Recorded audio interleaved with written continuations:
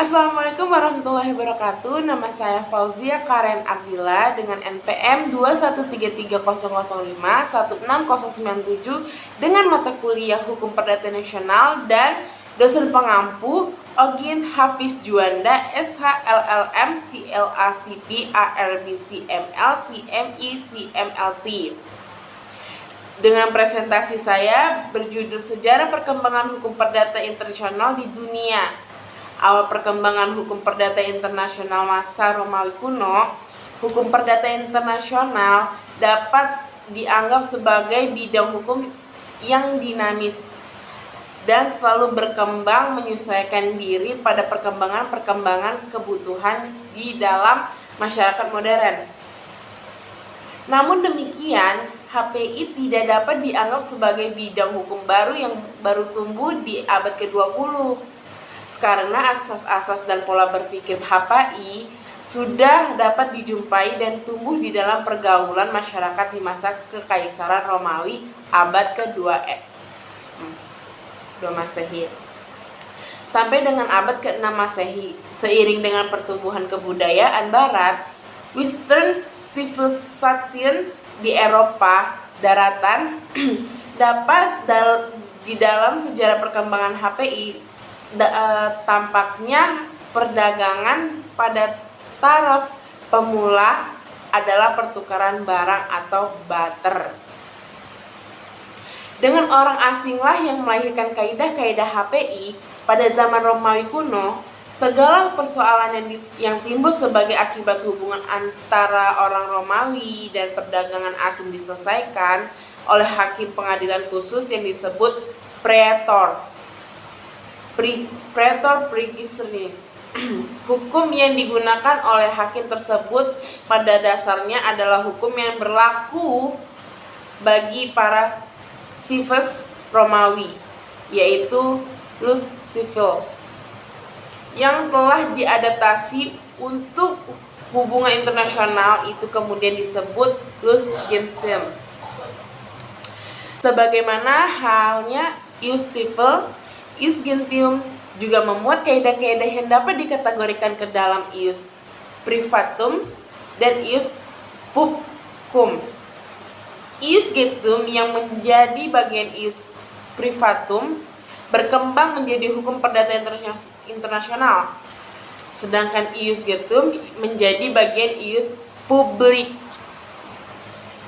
Masa pertumbuhan asas personal abad 6 sampai 10 Masehi. Pada akhir abad 6 Masehi, Kekaisaran Romawi ditaklukkan bangsa barbar dari Eropa. Bekas wilayah Kekaisaran Romawi diduduki berbagai suku bangsa yang satu dengan lainnya berbeda secara genealogis. Kedudukan Ius Civile menjadi kekurangan penting karena masing-masing suku bangsa tersebut tetap memberlakukan hukum personal, hukum keluarga, serta hukum agamanya masing-masing di daerah yang didudukinya.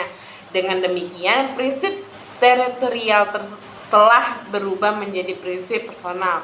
Di dalam prinsip personal, hukum yang berlaku digunakan kepada pribadi yang bersangkutan, sehingga di dalam wilayah tertentu mungkin akan berlaku beberapa hukum sekaligus. Pertumbuhan asas teritorial abad 11 sampai 12 Masehi. Pertumbuhan di Eropa Utara. Pada kawasan ini sekarang Jerman, Prancis, Inggris, tata susunan masyarakat genealogis ini bertransformasi menjadi masyarakat teritorialitik melalui tumbuhnya kelompok-kelompok masyarakat feodalistik, unit-unit masyarakat yang berada di bawah kekuasaan feodal, tuan-tuan tanah, cenderung memberlakukan hukum mereka secara eksklusif terhadap siapapun yang berada di dalam teritorial mereka. Kata lain, di dalam susunan feodalistik seperti ini tidak ada pengakuan terhadap hak-hak asing, dan bahkan penguasa setempat dapat mengabaikan atau mencabut hak-hak yang sebenarnya sudah melekat pada seseorang berdasarkan kaidah hukum asing. Kemudian perkembangan teori statuta di Italia abad 13 sampai 15 Masehi dengan semakin meningkatnya intensitas perdagangan antar kota di Italia, ternyata asas teritorial dalam arti keterkaitan karena tempat tinggal di wilayah suatu kota tertentu perlu ditinjau kembali. Misalnya, seorang warga kota Bologna yang berada di Florensi mengadakan perjanjian jual beli di Florensi karena berdasarkan prinsip teritorial, selama ia berada di kota Florensi, ia harus tunduk pada kewenangan hukum kota Florensi. Maka dapat ditimbulkan persoalan-persoalan seperti sejauh manakah putusan hukum atau putusan hakim Bologna memiliki daya berlaku di kota Florensi. Sejauh manakah perjanjian jual beli itu dapat dilaksanakan di wilayah Bologna. Persoalan-persoalan semacam inilah yang mendorong para ahli hukum Italia untuk mencari asas-asas hukum yang dianggap lebih adil. Kemudian, perkembangan teori statuta di Prancis abad ke-16. Pada abad ke-16, provinsi-provinsi di Prancis memiliki sistem hukum tersendiri yang disebut Consume, yang pada hakikatnya sama dengan statuta. Karena adanya keanekaragaman konsumsi tersebut dan makin meningkatnya perdagangan antar provinsi, maka konflik hukum antara provinsi makin meningkat pula. Dalam keadaan demikian, beberapa ahli hukum Prancis seperti Carles Domanul dan Bertrand d'Argetry berusaha mendalami teori status dan menerapkan di Prancis dengan beberapa modifikasi.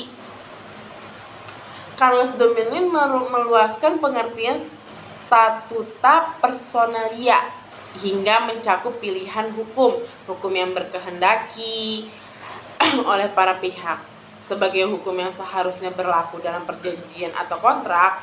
Jadi perjanjian atau kontrak yang dalam teori statutana dari Bartolus masuk dalam ruang lingkup statuta personalia, karena pada hakikatnya kebangsaan untuk memiliki hukum adalah semacam status perorangan.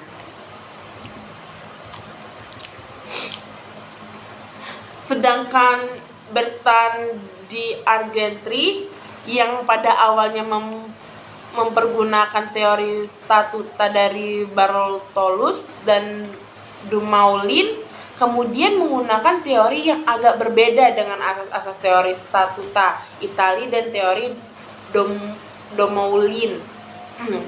Menurut Bertrand d'Argetry, yang harus diperluas itu adalah statuta realia, sehingga yang diutamakan bukanlah otonomi atau kebebasan para pihak, melainkan otonomi provinsi. Selanjutnya, teori statuta di Belanda abad 17, teori d'Argetry ternyata diikuti para sarjana hukum Belanda setelah membebaskan dari masa penjajahan Spanyol. Tokoh-tokoh teori statuna Belanda adalah Ulrich Huber 1636 sampai 1964 dan Johannes Ford 1647 sampai 1714. Prinsip dasar yang dijadikan titik tolak dalam teori statuna Belanda adalah kedaulatan eksklusif negara. Jadi statuna yang dimaksud adalah hukum suatu negara yang berlaku di dalam teritoriat suatu negara.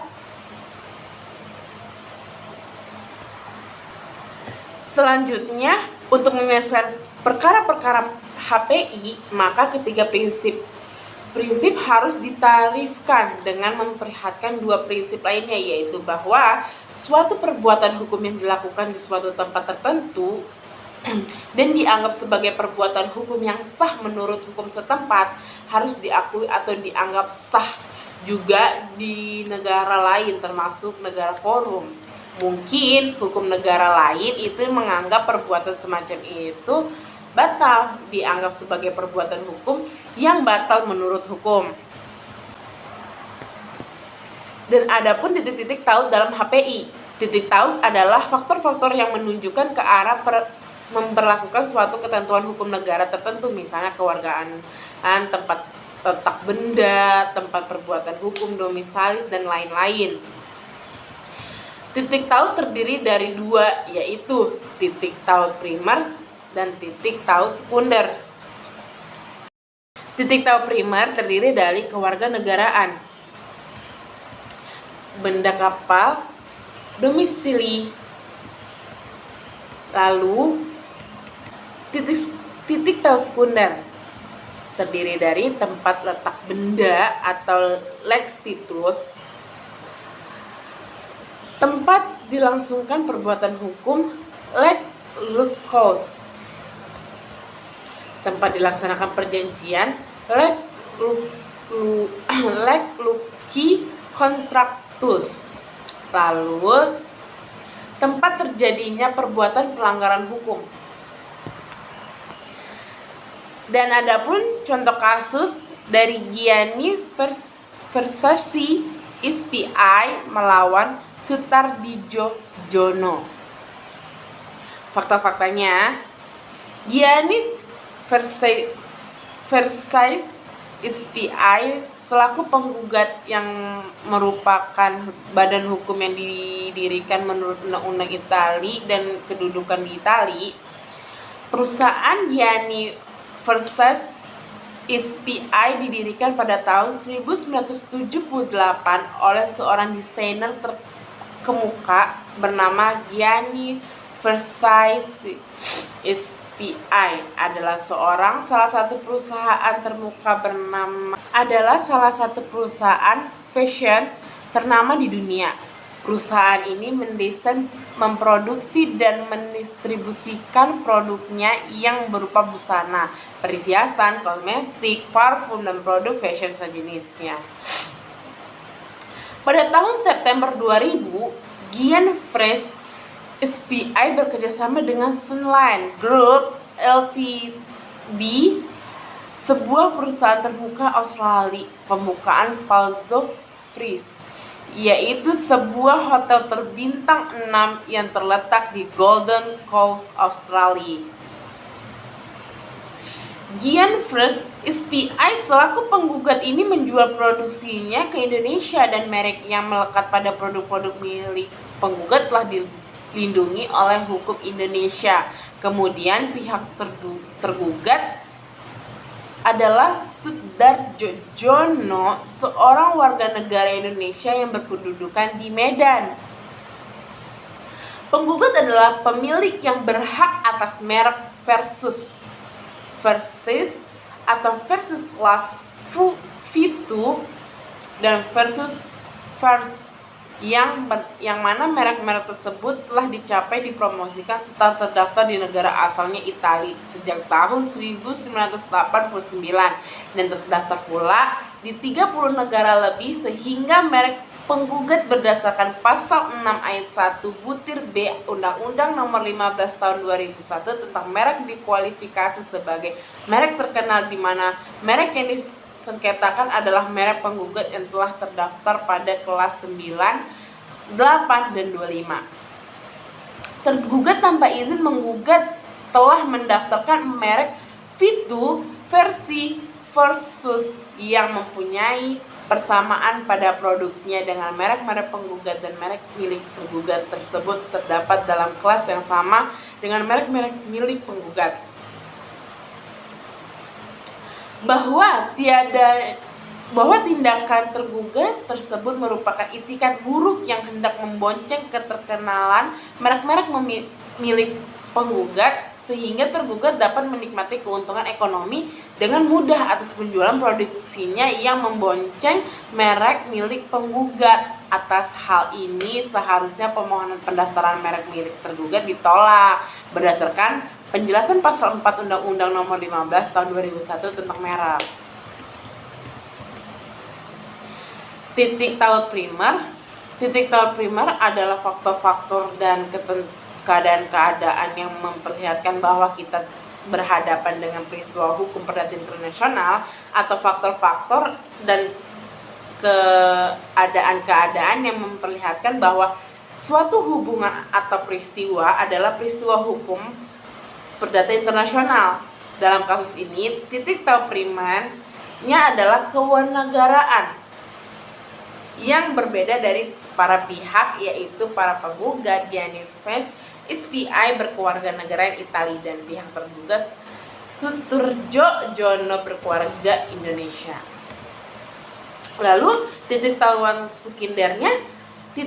sekundernya adalah faktor-faktor dan keadaan yang menentukan warga negara mana yang harus berlaku dalam suatu peristiwa hukum perdata internasional. Dalam kasus ini, titik tahu sekundernya adalah lex loci delicti commissi atau hukum tepat perbuatan melawan hukum dilakukan. Lalu hukum berlaku dalam kasus ini, hukum yang berlaku dalam Indonesia sebagai lex loci delicti commissi karena berbuat melawan hukum berupa penggunaan merek tanpa izin Vitu versi versus ia mempunyai persamaan pada produk dengan merek terkenal di dunia versus kelas Vitu dan versus fresh dilakukan di wilayah negara Indonesia. Sekian dari saya, terima kasih. Wassalamualaikum warahmatullahi wabarakatuh.